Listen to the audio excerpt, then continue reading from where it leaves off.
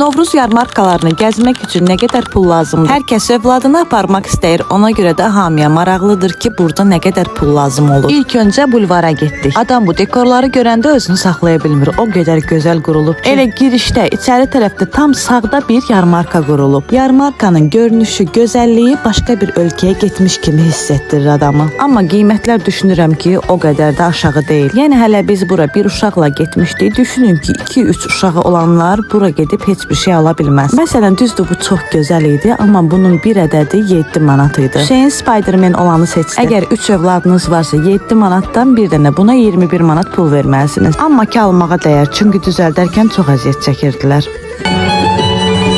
Daha sonra isə düşdük Targovoda olan yarmarkaya. Burada görünüşü ilə çox möhtəşəm görünür. Bura gələndə elə də əlavə dekorları yoxdur. Sadəcə bura gələndə bilin ki, yeyib içmək üçün gələcəksiniz. Amma ki, belə bayram bu havasında yeyib içmək. Hüseyin o adım bilmədiyim burma kartoşkadan istədi. Onun isə qiyməti 4 manat idi. Daha sonra isə dönər sifariş verdik. Dönər 3 manat idi. Hələ üzərində ayran da verirdilər. Hüseyin isə buradakı bu dolu tostdan yemək istədi. Dadı qəşəngdi, mən də özümə aldım. Sadəcə qiyməti 8 manatdır. Bir uşaqla gedənlər üçün yenə deyirəm, normalda, amma mən düşünürəm 2-3 uşaqla gedənləri. Videolarda göstərildiyi kimi çoxlu yerlər yoxdur oturmağa, 1-2 skamyadan başqa. Sadəcə belə bir yerlər var. Əgər o da ki, altdan nəsə alarsansa oturmağa icazə verirlər. Yaxşı xəbər budur ki, uşaqlar bir 4 ədəd və yaxud 5 ədəd nəsə yeyəndən sonra doyurlar. Əgər düşünürsünüz ki, uşaqları bura aparmağa dəyər ya yox, dəyər. Həqiqətən də uşaqlar çox sevinirlər. Çünki hər şeydən narazı olan Hüseyin evə gələndə dedi ki, mənim üçün çox yadda qalan gün oldu.